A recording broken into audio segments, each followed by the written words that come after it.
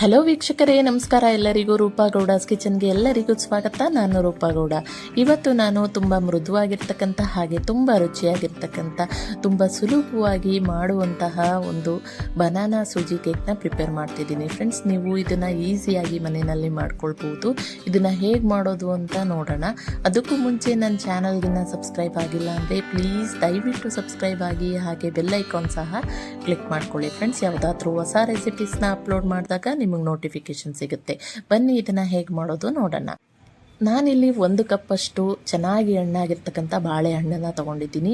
1 ಕಪ್ಪಷ್ಟು ಮೈದಾ, 1 ಕಪ್ಪಷ್ಟು ಸೂಜಿ ರವೆ, 1 ಕಪ್ಪು ಸಕ್ಕರೆ, ಅರ್ಧ ಕಪ್ಪು ಹಾಲು, ಅರ್ಧ ಕಪ್ಪು ಎಣ್ಣೆ, 1/4 table spoon baking powder, 1/4 table spoon baking soda, ಹಾಗೆ ಏಲಕ್ಕಿ ಪುಡಿ ಸ್ವಲ್ಪ. ಈಗ ಸೂಜಿ ರವೆ ಮತ್ತು ಸಕ್ಕರೆನ ಮಿಕ್ಸರ್ ಜಾರ್ನಲ್ಲಿ ಹಾಕ್ಕೊಂಡು ಗ್ರೈಂಡ್ ಮಾಡ್ಕೊಳ್ತೀನಿ. ಇದನ್ನು ಪೌಡರ್ ಮಾಡ್ಕೊಳ್ಬೇಕು ಈ ರೀತಿಯಾಗಿ. ಇದನ್ನು ಒಂದು ವಿಸಲ್ಗೆ ಹಾಕ್ಕೊಳ್ತಾ ಇದ್ದೀನಿ. ಸೊ ಅದಾದ ನಂತರ ಬಾಳೆಹಣ್ಣನ್ನು ಸಹ ನೀವು ಪೇಸ್ಟ್ ಮಾಡ್ಕೊಳ್ಬೇಕಾಗತ್ತೆ. ಇದನ್ನು ಕೂಡ ಆ ಪೌಡರ್ ಜೊತೆಗೆ ಹಾಕ್ಕೊಳ್ತಾ ಇದ್ದೀನಿ. ನಾನು ಮೊದಲೇ ಹೇಳಿದ ಇಂಗ್ರೀಡಿಯೆಂಟ್ಸ್ ಎಲ್ಲ ಇದರಲ್ಲಿ ಹಾಕ್ಕೊಳ್ತಾ ಹೋಗಬೇಕು. ಮೈದಾ,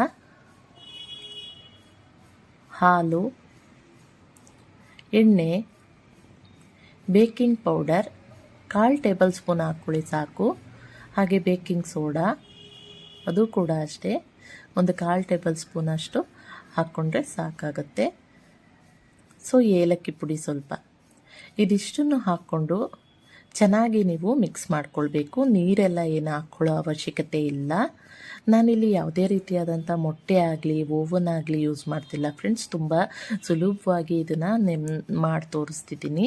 ಸೊ ಇವಾಗ ಒಂದು ಗ್ರೀಸ್ ಪ್ರೂಫ್ ಪೇಪರ್ಗೆ ತುಪ್ಪನ ಸವರ್ಕೊಂಡು ಈ ಒಂದು ಮಿಶ್ರಣನ ಅದರಲ್ಲಿ ಹಾಕಿ, ಆ ನಂತರ ಒಂದು ದೊಡ್ಡ ಪಾತ್ರೆನ ನಾನು ಮೊದಲೇ ಸ್ವಲ್ಪ ಹೀಟ್ ಮಾಡ್ಕೊಂಡಿದ್ದೀನಿ. ಸೊ ಇದಕ್ಕೆ ಒಂದು ಸಿಂಬಿನ ಇಟ್ಟು ಅದ್ರ ಮೇಲೆ ನಾನು ಈ ಒಂದು ಮಿಶ್ರಣನ ಇಡ್ತಾ ಇದ್ದೀನಿ. ಸೊ ಇದನ್ನು ಇಟ್ಟು ಅದ್ರ ಮೇಲೆ ಒಂದು ಲಿಡ್ಡನ್ನು, ಒಂದು ಪ್ಲೇಟನ್ನು ಕ್ಲೋಸ್ ಮಾಡಿ ಒಂದು 30ರಿಂದ 35 ನಿಮಿಷ ಸಿಮ್ಮಲ್ಲಿ ನೀವು ಇದನ್ನು ಬೇಯಿಸ್ಕೊಳ್ಬೇಕಾಗತ್ತೆ. ಹಬೆನಲ್ಲೇ ಇದು ಬೇಯುತ್ತೆ. ಸೊ ಈಗ ಒಂದು 30ರಿಂದ 35 ನಿಮಿಷ ಆಗಿದೆ. ಬನ್ನಿ ಇದು ಕೇಕ್ ಯಾವ ರೀತಿಯಾಗಿ ಬಂದಿದೆ ಅಂತ ನೋಡೋಣ. ನೋಡಿ ಫ್ರೆಂಡ್ಸ್, ತುಂಬಾ ಚೆನ್ನಾಗಿ ಬಂದಿದೆ. ಎಷ್ಟು ಸಾಫ್ಟ್ ಅಂತ ನಿಮಗೆ ನೋಡಿದ್ರೇ ಗೊತ್ತಾಗ್ತಿದೆ. ನೋಡಿ, ನಾನು ಚಾಕು ಹಾಕಿ ನಿಮಗೆ ಇದರಲ್ಲಿ ತೋರಿಸ್ತಾ ಇದ್ದೀನಿ, ಅದು ಅಂಟ್ತಾ ಇಲ್ಲ. ಸೊ ಇವಾಗ ಇದು ಪರ್ಫೆಕ್ಟಾಗಿ ಆಗಿದೆ ಅಂತಲೇ ಅರ್ಥ. ಸೊ ಇದನ್ನು ನೋಡೋಣ ಬನ್ನಿ.